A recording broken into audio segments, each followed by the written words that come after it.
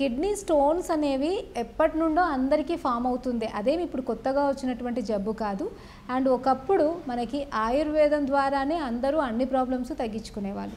Kidney స్టోన్స్లో మనకి ఇప్పుడు నేను చెప్పినట్టుగా ఈ పల్లేరు కావచ్చు, కొండపిండి కూర కావచ్చు, పిండి కూర కావచ్చు, పాషాణ బేది కావచ్చు, ఇవన్నీ అరటి దువ్వ కావచ్చు, ఉలువలు కావచ్చు, ఇలా రకరకాల చెరుకు రసం కావచ్చు, ఇలా రకరకాలవి మనకి బాగా ఉపయోగపడతాయి. దాంతోపాటు కొన్ని రస ఔషధీస్, కొన్ని భస్మాలు అవి కూడా మనము ఈ కిడ్నీ స్టోన్స్లో ఇస్తూ ఉంటాం.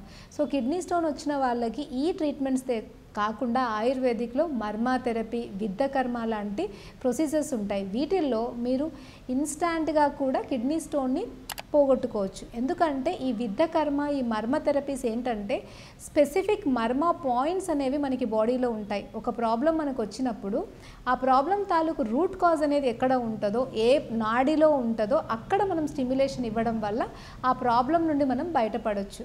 సో ఇలాంటి శాస్త్రాన్ని మర్మశాస్త్రం అంటాం. ఆయుర్వేదం ఇలాంటి మర్మశాస్త్రం గురించి, ఆక్యుపంక్చర్ అని మనం పిలువబడే అటువంటి విద్ధకర్మ అంటే ఆయుర్వేదంలో వేదన కర్మ, రక్తమోక్షణము, విద్ధకర్మ అని ఒక స్పెసిఫిక్ ప్రొసీజర్స్ ఉంటాయి. వీటిల్లో అక్కడ ఉన్నటువంటి రక్తనాళాల్లో ఉన్నటువంటి బ్లాక్స్ని వాళ్ళు తొలగించడానికి స్పెసిఫిక్ పాయింట్స్లో మనము వేదన కర్మ అంటే పంక్చరింగ్, నీడిల్తో పంక్చరింగ్ అనేది చేస్తాం.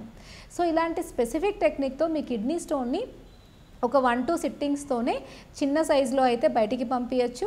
లేదా కొంచెం పెద్ద సైజులో ఉన్నట్టయితే సిట్టింగ్స్ అనేవి ఇంకొక 3-4 టైమ్స్ ఉంటాయి. అండ్ మీకు ఇంటర్నల్గా ఇచ్చే మెడిసిన్స్ కూడా ఒక 15 to 30 డేస్ వరకు వాడవలసి ఉంటుంది.